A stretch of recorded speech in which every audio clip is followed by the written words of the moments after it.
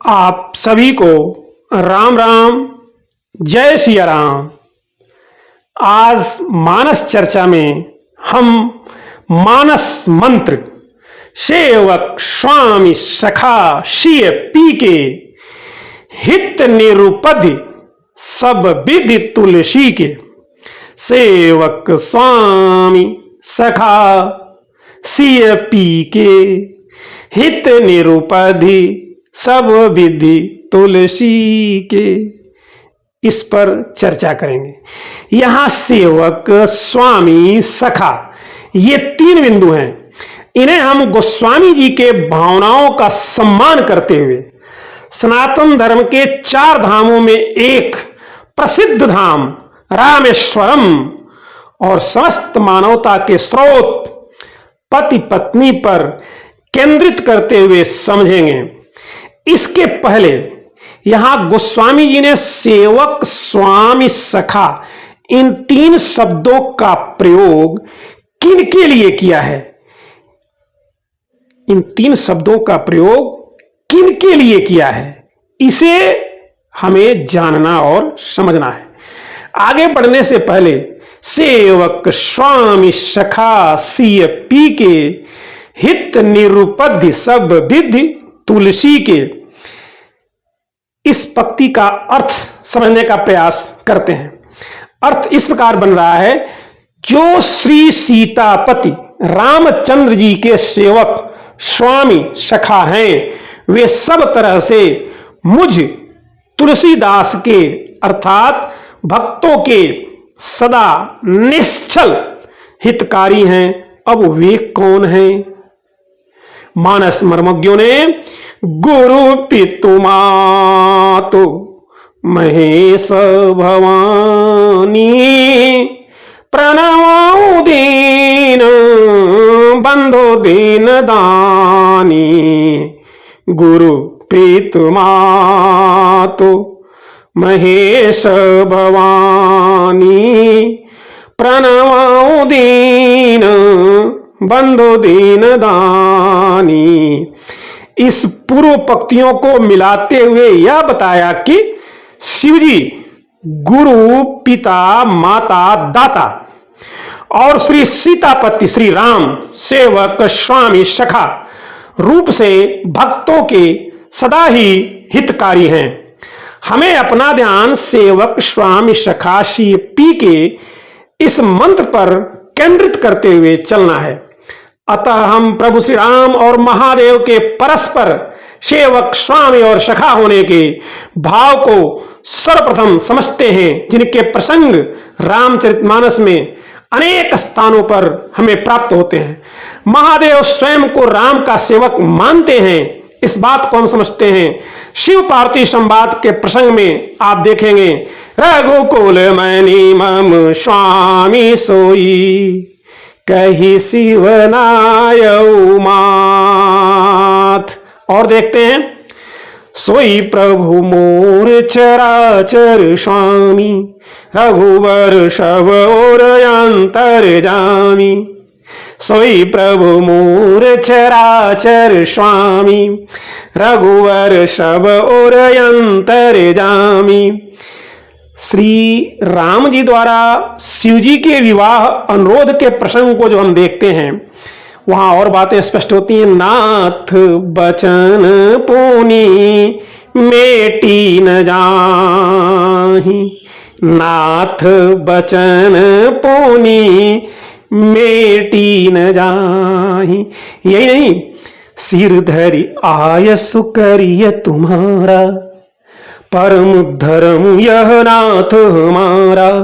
सिर धरि आयसु करिय तुम्हारा परम धर्म यह नाथ हमारा। सती मोह के प्रसंग में भगवान शंकर तो स्पष्ट कहते हैं, सोई मम इष्ट देव रघुवीरा, सोई मम इष्ट देव रघुवीरा। अब हम देखेंगे भगवान श्री राम के महादेव स्वामी हैं, ऐसे प्रसंगों को जो हम देखेंगे तो बात और भी स्पष्ट हो जाएगी। जब वनवास के समय प्रभु श्री राम भैया लक्ष्मण माता सीता के साथ गंगा पार करते हैं। वहां का यह बहुत ही मनोरम दृश्य है। तब मज्जन करी रघुकुल नाथा, पूजी पार्थिव नाय उमाथा। तब मज्जन करी रघुकुल नाथा, पूजी पार्थिव नाय उमाथा। रामेश्वरम स्थापना के प्रसंग को संपूर्ण मानवता जानता ही है। वहां की पंक्ति को देखते हैं। लिंग थापि विधिवत करी पूजा, शिव समान प्रिय मोहिन दूजा। लिंग थापि विधिवत करी पूजा, शिव समान प्रिय मोहिन दूजा। दोनों सखा हैं। ऐसे प्रसंग भी रामचरितमानस में कई बार मिलते हैं।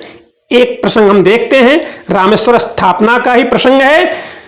भगवान राम कहते हैं, शंकर प्रिय मम द्रोही, शिव द्रोही मम दास।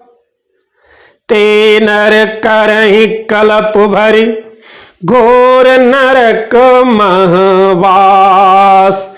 शंकर प्रिय मम द्रोही, शिव द्रोही मम दास। ते नर करहि कलप भरि, घोर नरक महवास। और देख लेते हैं। शंकर विमुख भगति चह मोरी, शंकर विमुख भगति चह मोरी। सोनार की मूढ़ मति थोरी, सोनार की मूढ़ मति थोरी।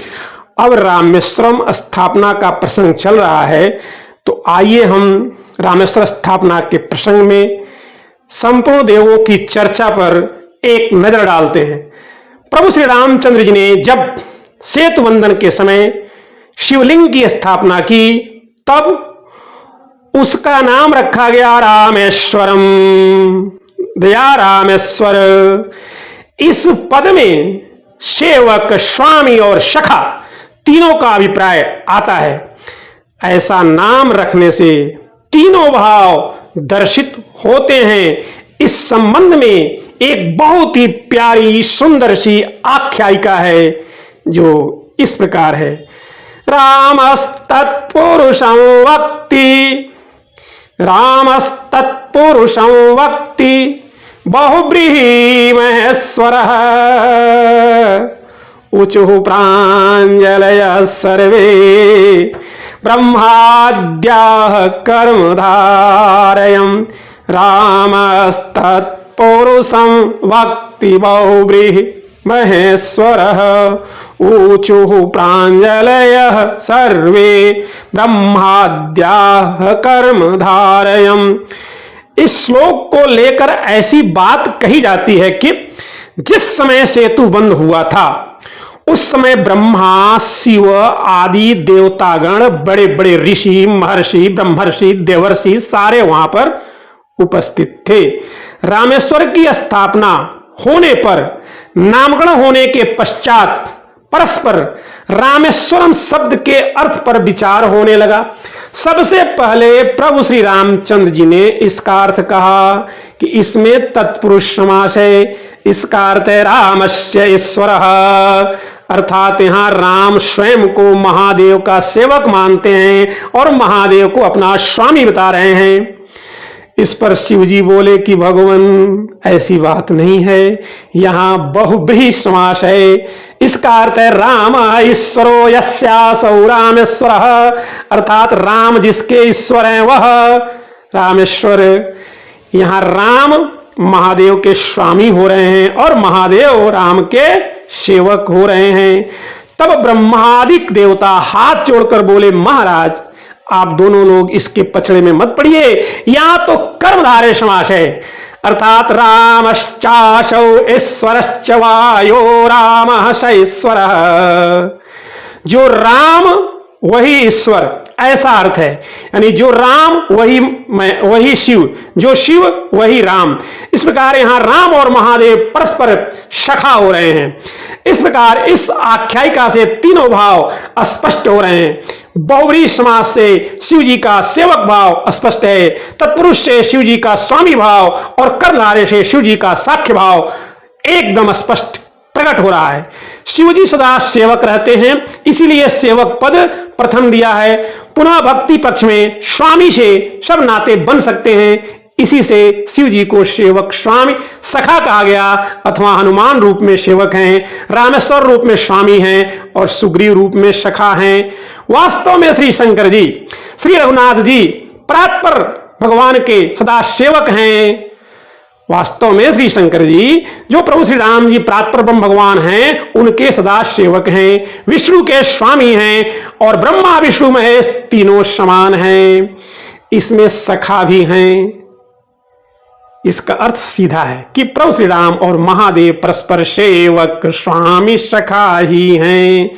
अब थोड़ा सी पी के भाव को समझ लेते हैं। सी का सीधा अर्थ है सीता जी और पी का सीधा अर्थ है पति। यहां कहें पति श्री राम जी। ये दोनों सीता जी और राम जी परस्पर सेवक स्वामी सखा भाव से ही रहते हैं और संपूर्ण मानवता को संदेश देते हैं। जहां पर पति और पत्नी का सेवक स्वामी सखा होना ही चाहिए, वहीं पर यह ध्यान रखना है पत्नी को भी अपने पति की सेविका स्वामिनी और सहेली के रूप में होना चाहिए। और यदि वे दोनों पति पत्नी आपस में सेवक स्वामी सखा सेविका स्वामिनी सहेली के भावों को बनाकर साथ साथ रहते हैं, तो स्वयं के साथ ही साथ परिवार, समाज एवं मानवता का कल्याण करते हैं। इन सब का विकास ही होगा। इसलिए हर पति पत्नी को इस मंत्र से प्रेरणा लेकर परस्पर सेवक स्वामी सखा भाव से रहते हुए परिवार, समाज एवं मानवता के उत्थान में अपना सहयोग देना चाहिए। जय श्री राम, जय हनुमान।